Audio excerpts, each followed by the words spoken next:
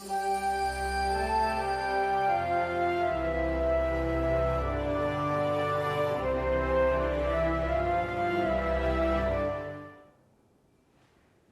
marché au vent, j'ai trouvé des histoires de tous les temps.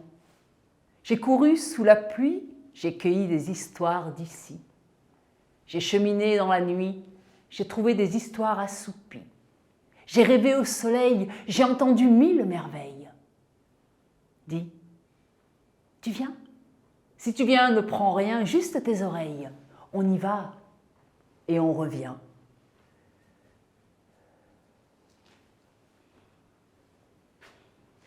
Barbier, fais le travail que l'on t'a demandé. Tous les mois, au même endroit, le même jour, à la même heure, assis sur son fauteuil de soie, une main sur sa coiffeuse de bois, le roi ordonne au barbier du moment. Barbier, fais le travail que l'on t'a demandé. Et tous les mois, au même endroit, le même jour, à la même heure, le barbier du moment, d'un geste souple et lent, ôte le bonnet que le roi ne quitte jamais, sauf pour se coiffer. Alors tous les mois, au même endroit, au même moment, le roi guette le visage du barbier du moment dans son miroir. Et tous les mois, au même moment, lorsque le barbier ôte le bonnet, il laisse échapper un cri d'effroi. Là, sur la tête du roi, 2 oreilles d'âne. Pas des grandes oreilles, 2 oreilles d'âne. Alors le roi, tous les mois, au même endroit, à la même heure, sait déjà que ce barbier-là ne le coiffera qu'une fois. Car une fois coiffé, il l'enfermera dans un cachot, au fond du château, jusqu'à la fin de ses jours, afin que ce qu'il a vu sous son bonnet, jamais au grand jamais, ne sorte de son cabinet secret. Tous les mois, 12 mois par an, pendant plusieurs années, ça en fait des barbiers. Au bout de quelque temps, plus aucun barbier ne veut coiffer le roi. Eh bien, s'il n'y a plus de barbier chez moi, qu'on aille donc en chercher à l'étranger. Et les gardes s'en vont. Ils traversent les frontières à la recherche d'un barbier pour coiffer le roi. Mais les rumeurs n'ont que faire des frontières. Elles ont précédé les gardes. Et même à l'étranger, personne ne veut venir coiffer le roi. Et les cheveux commencent à frisoter sous le bonnet. Un jour, un jeune barbier se présente au château. On dirait presque un adolescent. Son visage est poupon, ses yeux pétillants, un sourire traverse son visage. Les gardes s'amusent de lui.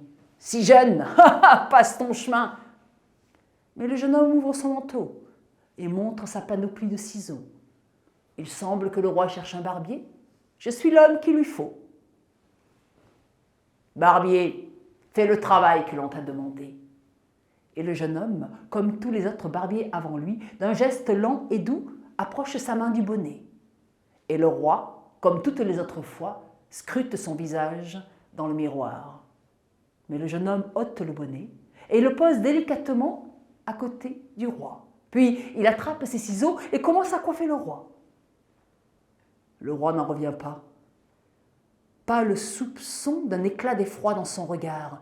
Pas l'ombre d'un rictus sur son visage. Non, le jeune homme le coiffe comme si de rien n'était. Il prend même ses oreilles d'âne délicatement entre ses mains pour contourner avec son ciseau. Puis, une fois coiffé, il reprend le bonnet et le remet sur sa tête. Barbier, n'as-tu rien remarqué? Oh, Majesté, y aurait-il quelque chose que j'aurais oublié? Sur ma tête. Vos cheveux, Majesté, oui, en effet, ils méritaient d'être coiffés, mais ceci est fait désormais. Mes oreilles. Vos oreilles? Oh, Majesté, vos oreilles, elles sont extraordinaires. Des oreilles à la hauteur de votre responsabilité. Le roi observe longuement le jeune homme. Pas le soupçon d'une moquerie. Barbier, tu me plais. Si tu veux, je vais faire de toi mon barbier attitré. Tu t'installeras au château, tu seras nourri, logé. Une fois par mois, on se retrouvera ici dans ce petit cabinet pour que tu puisses me coiffer. Le reste du temps, tu feras ce qu'il te plaît. Mais attention, barbier, ce que tu as vu sous mon bonnet, Jamais, au grand jamais, ne doit sortir de ce petit cabinet. Si le secret venait à être éventé, alors c'est ta tête que je prendrai. Vie de château. Nourri 2 fois par jour, logé confortablement, 1 fois par mois, le jeune homme coiffe le roi, le reste du temps, il vaque à ce qui lui plaît. Oui, mais au fil du temps, le secret se fait un peu plus lourd, un peu plus pesant, un peu plus oppressant. D'abord, c'est la nuit. Il commence à rêver des oreilles d'âne du roi. Une nuit, il est même réveillé par son propre cri. Il se retrouve assis au milieu de son lit à hurler « Le roi a des oreilles de... » Et il reste une partie de la nuit assis sur son lit à trembler en espérant que son cri n'a pas transpercé les murs de sa chambre. En plein jour aussi, ça le prend. Il ne pense plus qu'aux oreilles d'âne du roi. Il les voit partout. Et au détour d'un couloir, au fin fond du jardin, en descendant l'escalier, parfois, il se surprend à s'entendre hurler « Le roi a des oreilles !» Et il se mord les lèvres au dernier moment pour éviter que le secret ne puisse s'échapper. Mais le secret tente de s'échapper malgré lui. Parfois, il est en train de parler et au milieu de 2 phrases, « Le roi a des oreilles !» Le jeune homme n'ose plus sortir de sa chambre. Il n'endort plus la nuit. Il en perd l'appétit.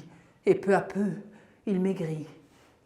Un matin, les yeux pochés de tant de nuits blanches, il descend, traverse le château, traverse les jardins du roi et il va jusque de l'autre côté, vers le marais. Là, il creuse un trou à même la terre. Puis, s'assure que personne ne le voit. Il se couche sur le sol, mais sa bouche au bord du trou, ses mains autour de sa bouche, et il se met à hurler « Le roi a des oreilles d'âne, le roi a des oreilles d'âne, le roi a des oreilles d'âne, le roi a des oreilles d'âne !» Oh, ah mais ça fait du bien. Ah mais ça fait du bien. Oh. Et le secret déposé, le cœur léger, il rentre au château. Quelques mois plus tard, à la fin du printemps, au début de l'été, un berger passe par là. Chaque année, il fait halte là, au bord du marais. Il laisse ses bêtes se repaître, s'abreuver, et lui se repose au pied d'un arbre. Cette année-là, il s'aperçoit qu'il y a un bosquet de roseaux qu'il n'avait pas vu les années auparavant. Le berger, musicien à ses heures, s'approche des roseaux, tâte le bois. Le bois est bon. Il coupe l'un des roseaux, le vide, et fait une flûte dedans. Et aussitôt, il l'essaye. Mais à peine souffle-t-il dedans qu'il s'arrête surpris. La flûte ne siffle pas, elle chante. Le roi a des oreilles d'âne, le roi a des oreilles d'âne. Le berger, surpris, se retourne, pense que quelqu'un chante derrière lui, mais derrière lui, il n'y a personne. Il souffle à nouveau. Le roi a des oreilles d'âne. La voix vient de la flûte.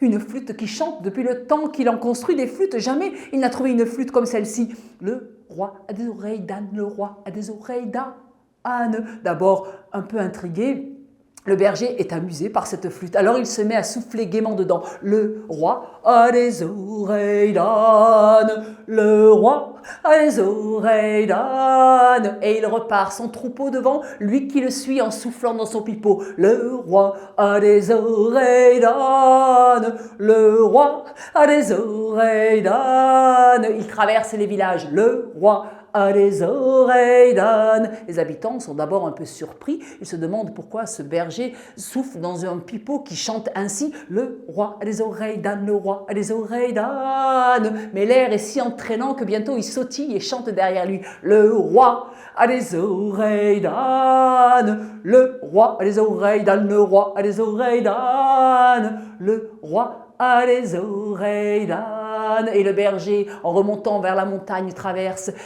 des villages, et derrière lui, à chaque fois, on chante « Le roi a des oreilles d'âne, le roi a des oreilles d'âne ».